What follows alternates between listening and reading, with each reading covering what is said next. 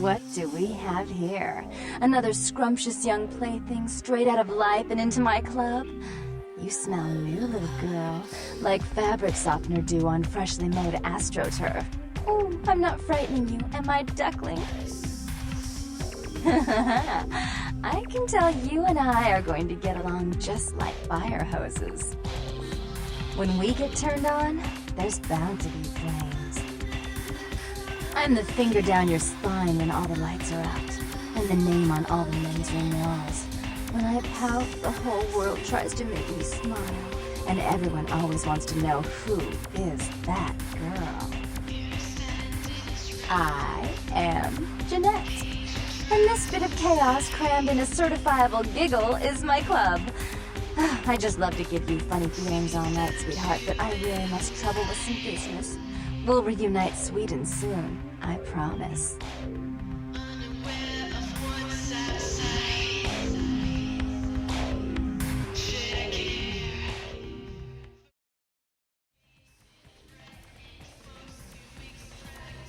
Please, come in. I do apologize for my sister's crassness if it made you uncomfortable. She's unabashedly scandalous, but in the club business, I suppose that kind of personality's a necessary evil. Therese Vorman, yes. I'm the proprietor of this club, and the only person in this city whose good side it's in your best interest to stay on. What brings you to Santa Monica? Tongue's exile is self-imposed, I assure you. But then, what reason would I have not to hate that loathsome Nosferatu scoundrel? Bloody Nosferatu. They're so unclean. He meddles in my affairs. He's a bad influence on my sister, and she on him. If you were in my place, would you let him compromise your authority? You most certainly would not. I'd quite like it if I never had to hear that name again. Why would I do that? Let him think I mean to kill him. That way I don't have to worry about him sabotaging everything. Do you realize how his subterfuge makes me look to the Camarilla? Tongue and his co-conspirators' actions ruined my chance at partnership in a crucial piece of property. I do have several other promising ventures, and one in particular has been, to say the least, an ordeal. I'd be willing to put the word out that my grievances with Tongue have been swept under the rug, but in return, you'll have to help me remove a particularly burdensome spirit from a property I'm looking to invest in. Rumor is that a personal item of a ghost's may be used to draw it out or excise it from its haunt. While I don't put a lot of stock in hearsay, it's my last option. So I want you to go to the Ocean House Hotel, find an item of the spirits, and bring it back. Oh, I fully intend to do so. You'll find that dealing with me on the whole is appreciably more predictable than dealing with some of the egomaniacs that are my peers. So long as our business doesn't go sour, my word is gold. Before I forget, take this. The only way to reach the Ocean House this time of night is through a tunnel in the sewers. You'll need that key to open the gate for that tunnel. If you'll excuse me, I've got situations to set straight.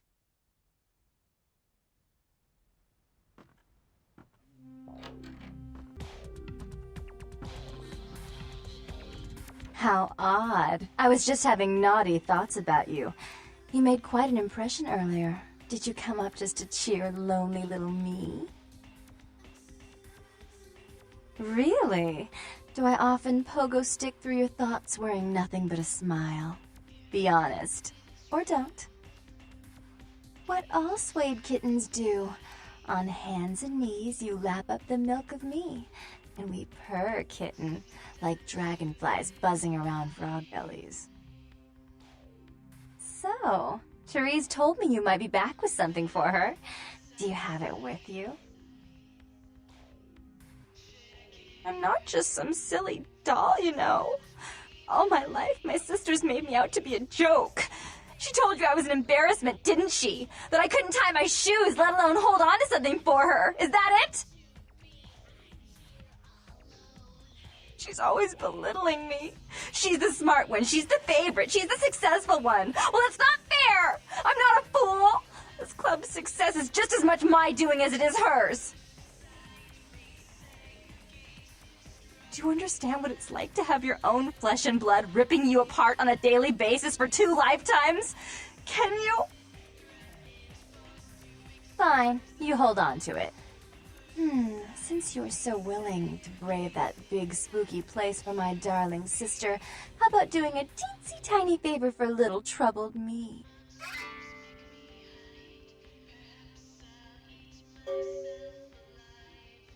Do you know Gallery Noir down the street? I happen to know there's a charity event being organized there. Lots of influential Santa Monicans slithering in for token appearances. But there's one thing they don't know. The whole event's been set up by a kindred trying to establish their own power clique in our city, and we can't let that happen, can we? So I need some brilliant young upstart to spoil the milk. I promise this won't take long. Take this knife. Give the paintings in the gallery a good slashing. Don't get caught, and don't turn it into a massacre. And steal the charity box, would you? Buy yourself something velvet. I'm sure Therese will be thrilled to honor your agreement when you get back. But in the meantime, get to the museum and ruin those paintings. Then pay me a visit. I want to hear all about it. Hurry up. I can only amuse myself for so long. Oh, and there was something about the paintings. What was it? I can't remember. Oh well, have fun, Duckling.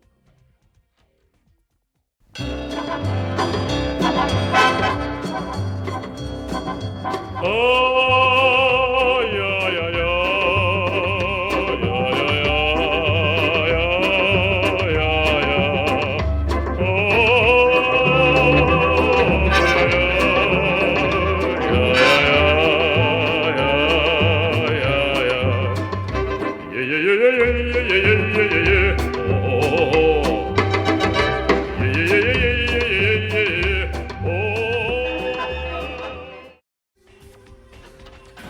You.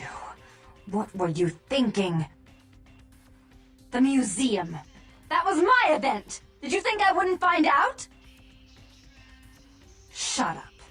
I thought I could control my sister as long as Tongue was out of the picture, but nothing's changed.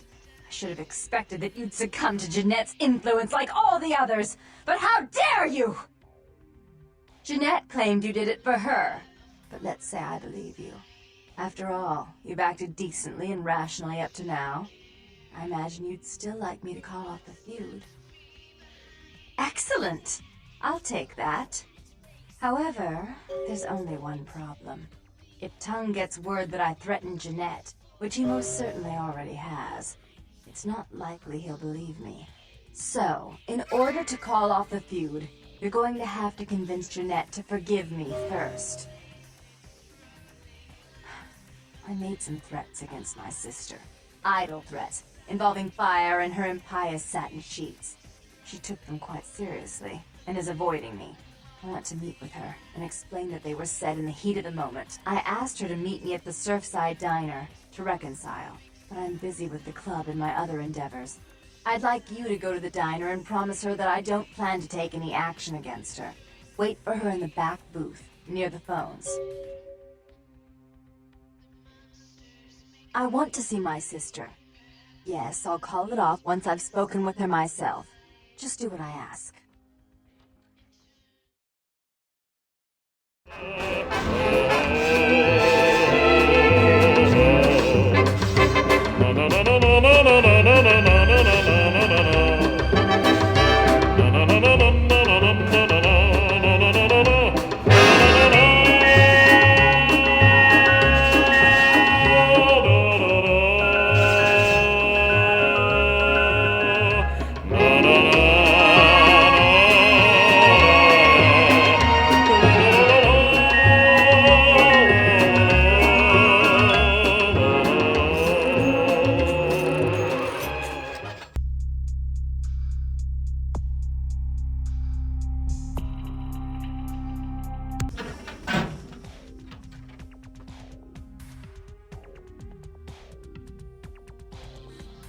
You. I'm really sorry it had to end this way. I truly am. You seemed promising, but you've been tainted by the stink of my sister's schemes. And now, I'm going to make sure she never double-crosses me again. Don't listen to her. She'll kill us both. Save me and I'll help you find Bertram. I swear. Shut up, Jeanette. I warned you to stay away from Tongue. He's turned you against me. I always looked out for you, but you couldn't stand my success. You had to meddle, didn't you? I didn't want it to end like this, but you forced me. You never gave me any credit for anything, Therese. I was the one calling the shots. Bertram was dancing on my leash. How does it feel to know that I beat you? Isn't it obvious? I'm about to rid the night of this deviant, backstabbing whore. Do you realize that despite her condition, she still fornicates with kind, no less? So despicable. So unclean. You're one to talk, dear sister. Or should I say daddy's little girl? Do you want to know just how depraved the Baron of Santa Monica can be? Shut up, Jeanette. You'd love the world to think you're a saint. When you thought I was asleep, I used to hear Father come in at night. I heard him whisper how much he loved you in your ear before he... Don't finish that sentence, or you're dead. Don't you want to hear what happened? How she became the pillar of the community she is today? Shut up. Just shut up! Don't try and stop me. I've had to overlook her treachery, her seduction, relations with my enemies, and the consequences of it. But I won't endure her any longer. Endure me? Dear sister, you've done everything you could to smother me. You'd love to bury me in your closet, along with all your other skeletons. I'm the good girl. You're the wicked one. You've done nothing but plot against me, when I had our best interests at heart. And despite that, I've always covered up your mistakes. I've taken care of you. And this is how you repay me? Taken care of me? You've done nothing but keep me down, blame me for every mistake. Did you expect me to let you rule my life until the end of time? No, sister. You've had it coming since our last sunrise. Is that right, dear? If it wasn't for me, you would have never survived this long. Remember? They tried to separate us, but I refused. I chose this life and brought you into it so that we could stay together. Obviously, you've forgotten. She's a control freak. People, things, emotions. If she can't control something, she gets rid of it. And you're a wild animal. You'll rub up against anything that'll take you in for the night. Then when you're stuffed and bored, you bite the hand that fed you.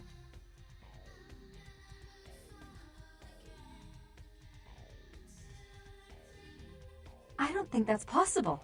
How could I ever think to trust her again? Trust me? Who could trust you after what happened with Father Dearest? Father loved me. I was a good girl. I always did what I was told. You always hated that he loved me. You disobeyed him. You brought men home when he wasn't there. You were an awful daughter to him. Father came home drunk one day and mistook me for Therese. Because I'd fallen asleep in her bed. Don't listen to her. She's lying. Therese walked in while he was there, and she saw me lying with him, and so she went to the closet and pulled out his hunting shotgun, loaded it with deer shot, and blew his mind out all over the silly clown wallpaper. That's a lie. Father killed himself because of Jeanette. She made him miserable. As I recall, he died with a smile on his face. Why? How will this time be any different?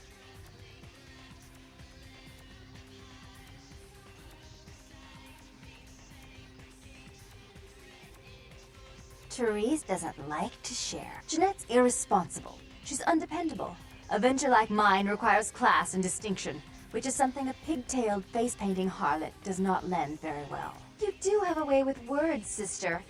You're right. I'm not in the same class, am I? I mean, murderers are so respectful these days.